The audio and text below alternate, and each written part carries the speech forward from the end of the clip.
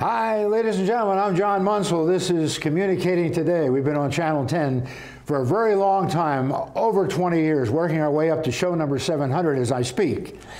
We come on Channel 10 3 times every week for those of you who watch us on a regular basis, and we hope there are legions of you out there that do that. We come on every Wednesday evening in prime time at 8:30 p.m., every Friday morning for you early birds, when you're driving to work probably in the morning and you can't see our show, but we do come on Sunday afternoon at 3:30. So 3 times every week. We've had a lot of wonderful shows for you in the past, and tonight will be absolutely no exception.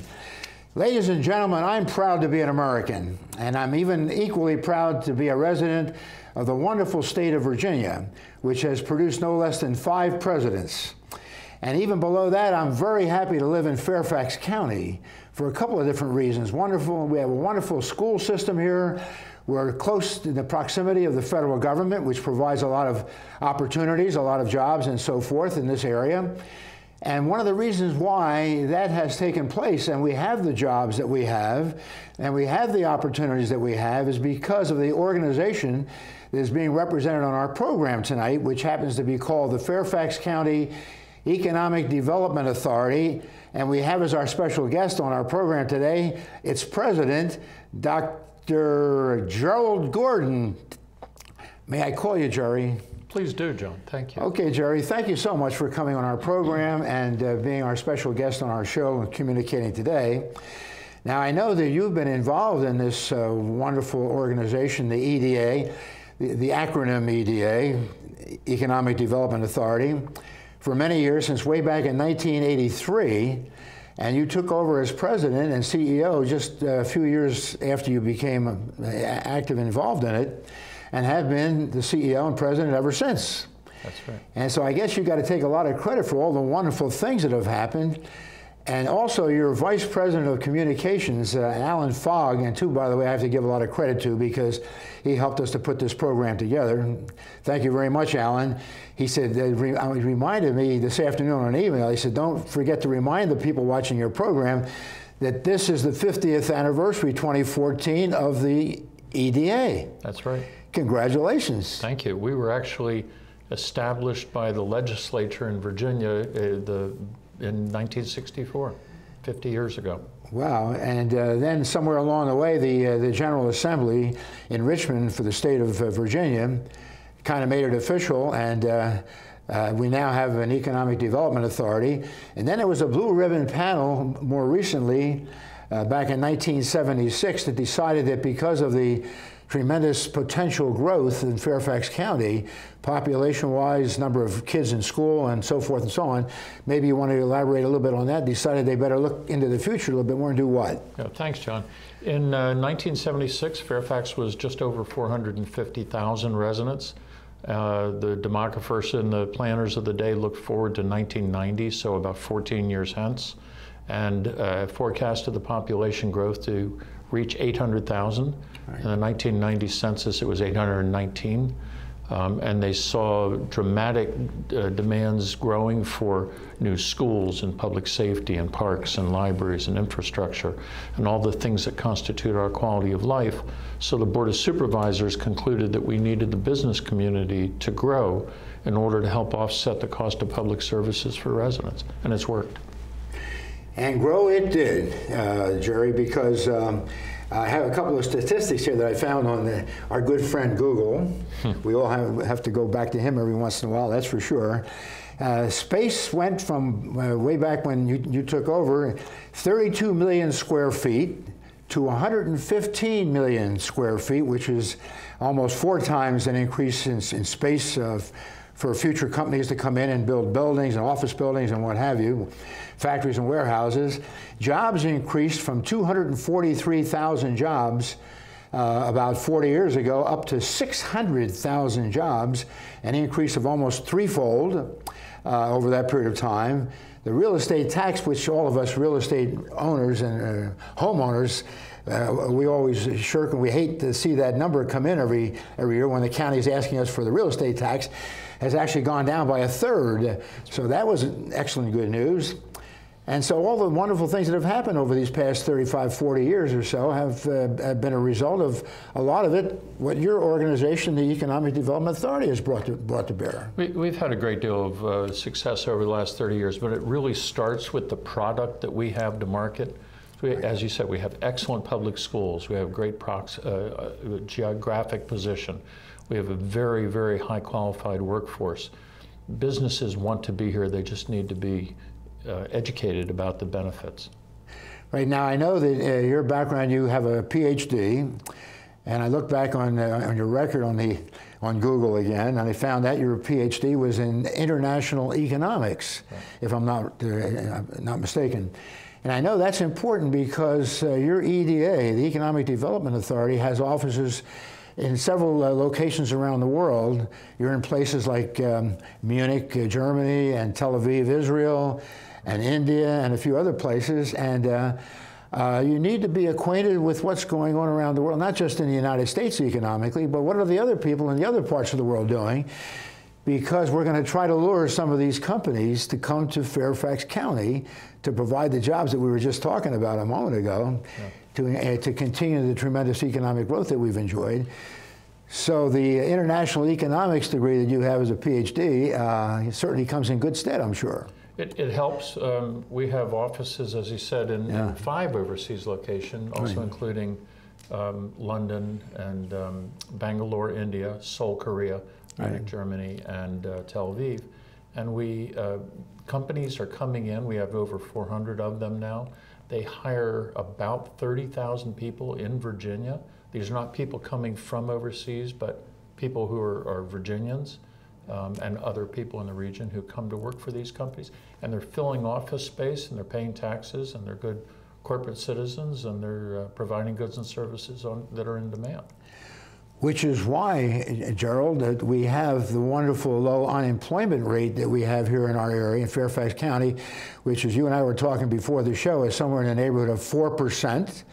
The national average is somewhere around 7% or more. That's correct. And we used to be over 8, but now it's gone down a little bit, but we're almost less than half of the unemployment rate for the rest of the country. We have to be extremely thankful of this wonderful area that you and I live in here in Fairfax County in Northern Virginia.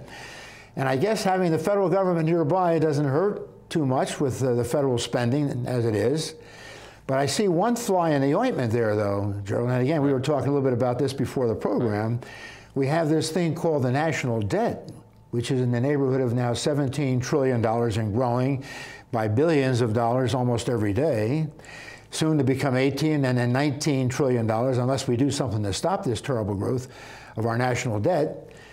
And that could be a little bit of a fly in the ointment, which could cause the government to lay off some people. Yep. Unemployment could go up a little bit maybe, and it could impact a little bit about the wonderful economic growth and stability that we've enjoyed here for the last 40 or 50 years here in Fairfax County. There's good news and there's bad news. The good news is that the federal government, even through sequester, even with the cuts that it has to make, not only in its direct workforce, but in the contractual workforce, even after a series of cuts like that, it's still the biggest buyer of goods and services of any kind anywhere in the world.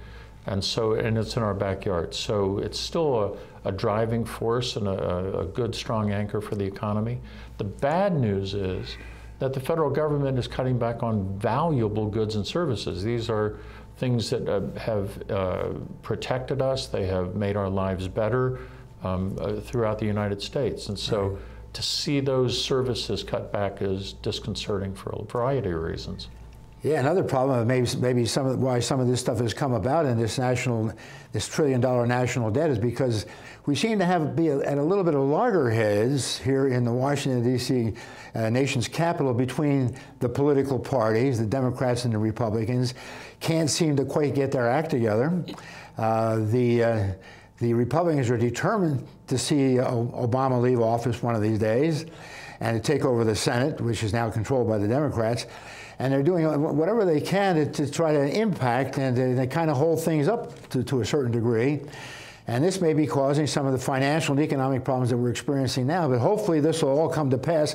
We have an election coming up almost as we speak here now, in another month from now, and that may change things a lot too. But this is another thing to kind of keep our eye on, you know, in the near future is the political environment here in Washington, D.C.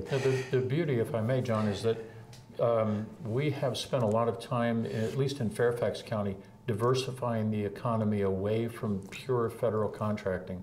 So in the last several years, we've added a number of headquarter operations to our collection of companies in the county that have no relationship to federal contracting. Cvent, Intelsat, Bechtel, Volkswagen North America, Hilton Worldwide. And so that when the federal contracting dips or when one or more industries struggles, the others tend to hold the economy flat, which is why even with cuts in federal contracting and procurement, we're still at a 4% unemployment rate. Yeah, now these offices that you have around other parts of the world, these foreign offices, I know that you and I were talking before the program, and they're staffed with native people from those particular countries because they know the country, they have contacts, they can find companies and make connections of organizations that we're trying to bring from those foreign countries to our Fairfax County to establish them here. And as you said before, you mentioned there were about 400 of them so far that have come from any particular part of the world where most of them have come from, or are they pretty much evenly spread out around other parts of the world? Different countries from which they originate. Is that right? It's spread out pretty well. And you're right, you have to, there are states that have these kinds of programs. Municipalities don't generally, but states have often made that mistake of sending an American to the market in which you're operating in, and that makes no sense to me. Yeah. You go there, you hire someone, as you said, they know the culture, they're already ingrained in the business community there, they know which meetings to go to. They may even know the executives of the companies that we're targeting for relocation and expansion to Fairfax County. And 10 Fortune 500 companies, that's wonderful. And any future prospects on the near horizon of any more of those big guys out there?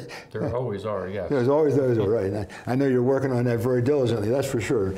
But anyway, I just got the halfway warning. The program moves very quickly, as I mentioned before.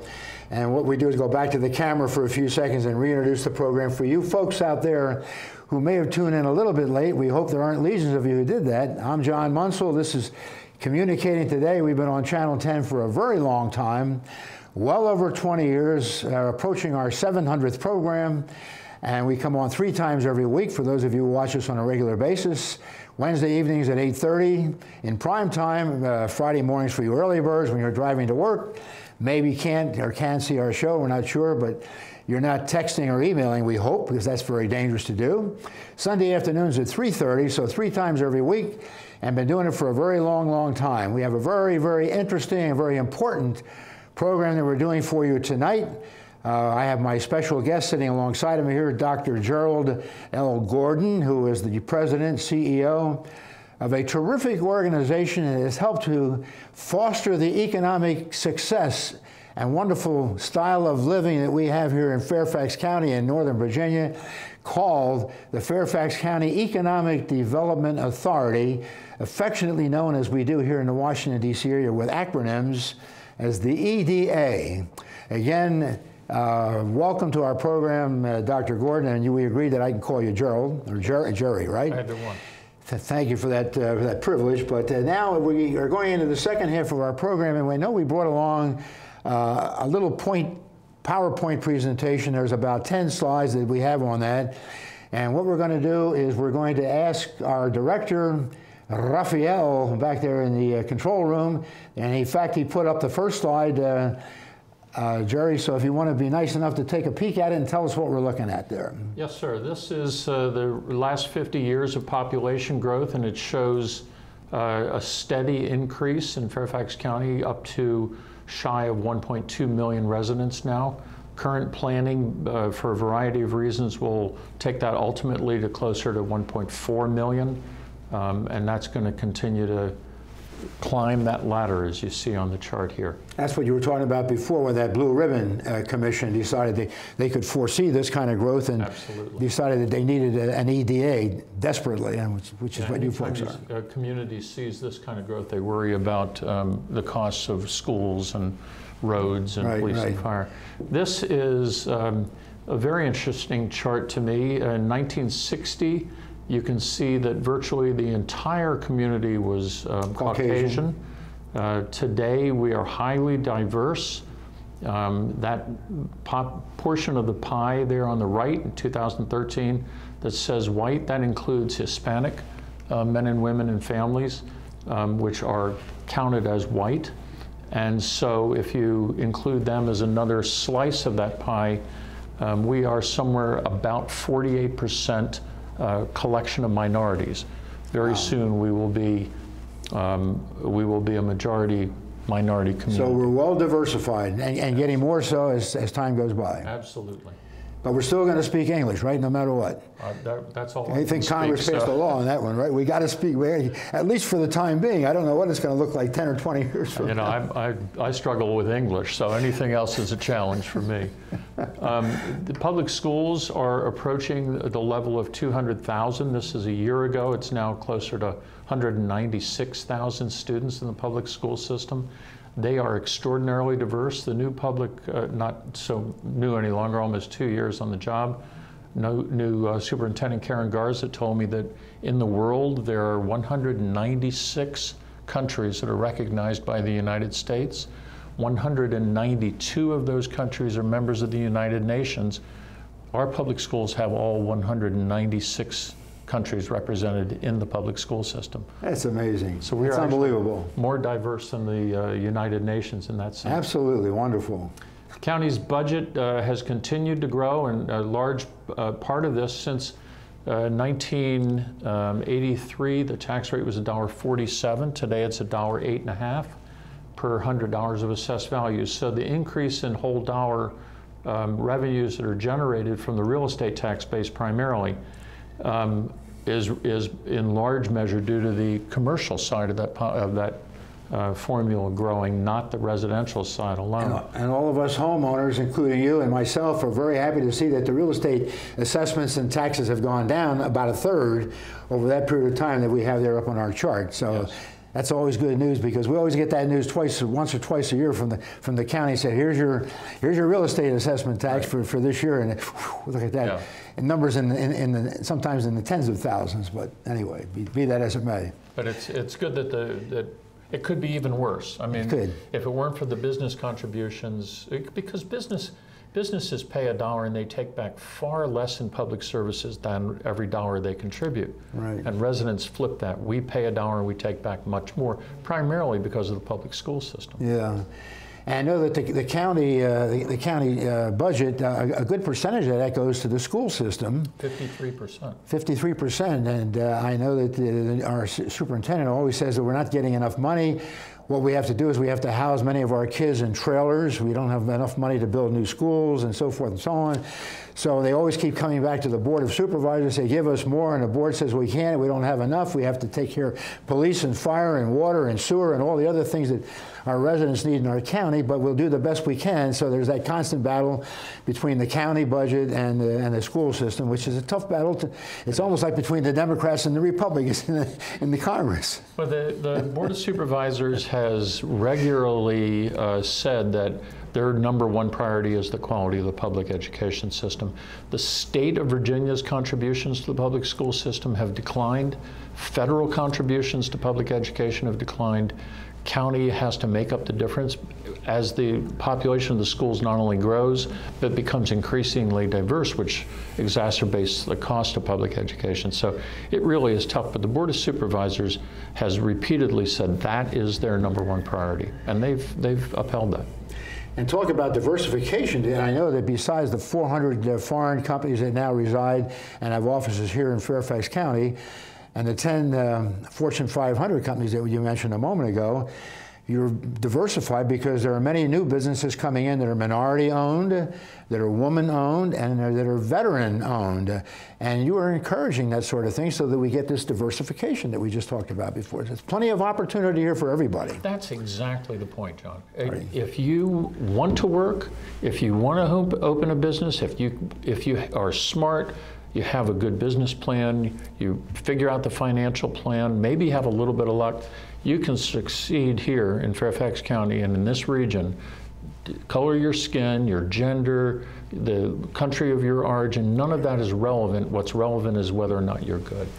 And I know that I was reading about the background of the EDA and the Economic Development Authority that you represent, is that when businesses do come into the county and you're trying to invite them and encourage them to come in, sometimes when they start out, especially if they're startups or if they're minority owned or woman owned or whatever, veteran or what have you, they might have a little bit of a financial problem because it takes money to start a business, to find a location to set up your business and so forth, to find people to hire to help operate and run your business.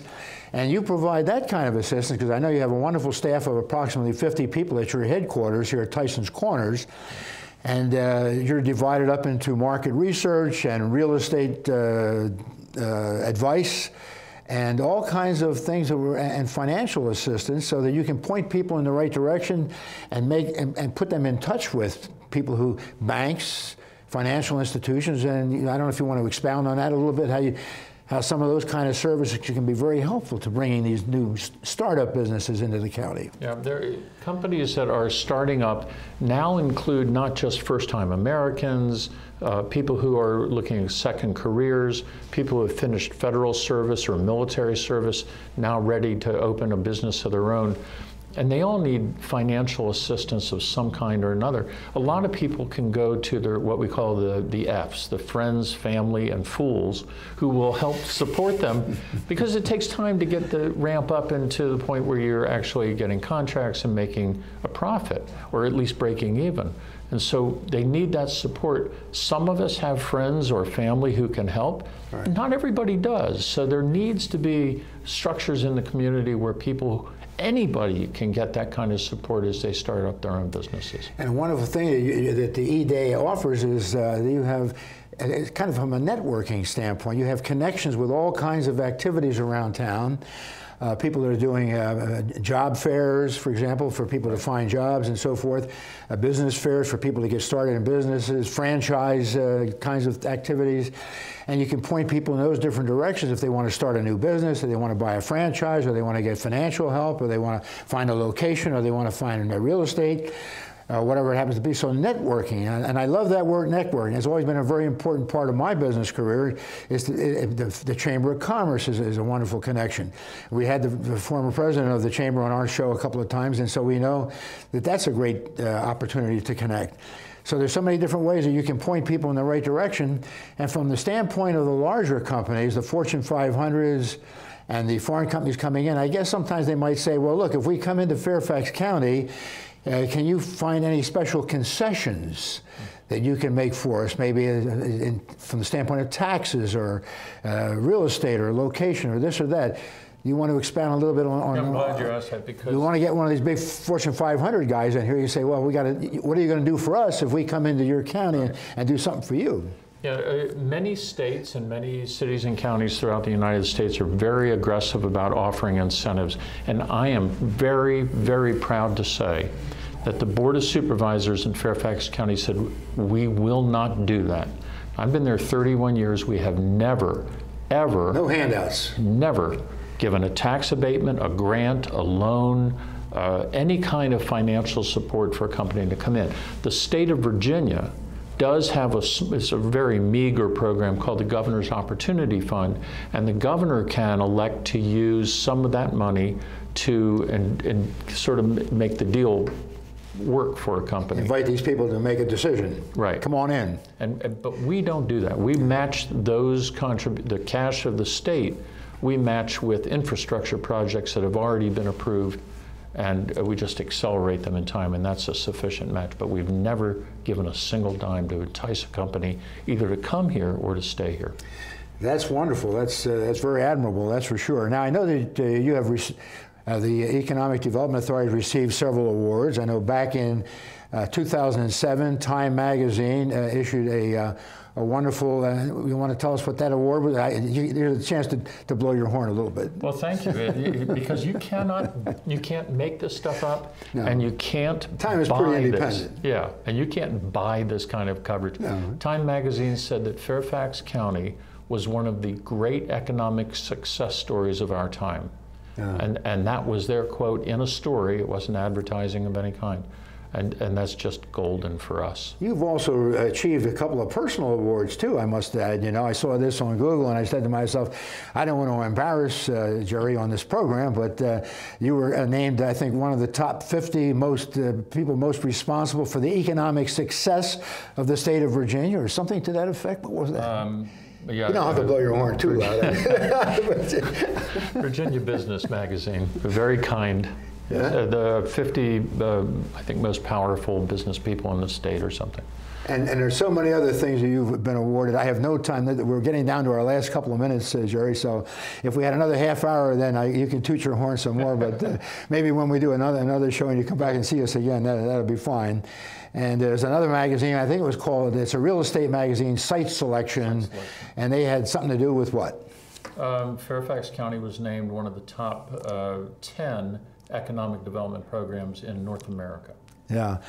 I just got the less than 2-minute warning because, you know, in the football games, Jerry, the referee comes out and he blows his whistle and he waves his red flag and he says, gentlemen, the game is almost over. Our show is almost over. So what I want to do at this point is thank you so much for coming on our program. You've been a terrific guest and you're doing a fantastic job with the Fairfax County Economic Development Authority. You've been doing it for a long, long time, since way back in 1983. And you guys are now celebrating, and Alan Fogg mentioned, don't forget to mention, the 50th anniversary from way back when to this year. And we are now getting close to the end of our program. Come back and see us again sometime. You've been a terrific guest. Oh. Good success and good luck in the future with the Economic Development Authority. And ladies and gentlemen, we're getting down to the end of our program. Come back and see us again sometime soon. We always go out by saying, keep on communicating for success. Wonderful organizations like the Economic Development Authority of Fairfax County, and our wonderful guest for today's program, Dr. Gerald Gordon. Thank you again, Gerald, for a terrific program. Thanks for having me. Great job. Fantastic. Bye-bye, folks.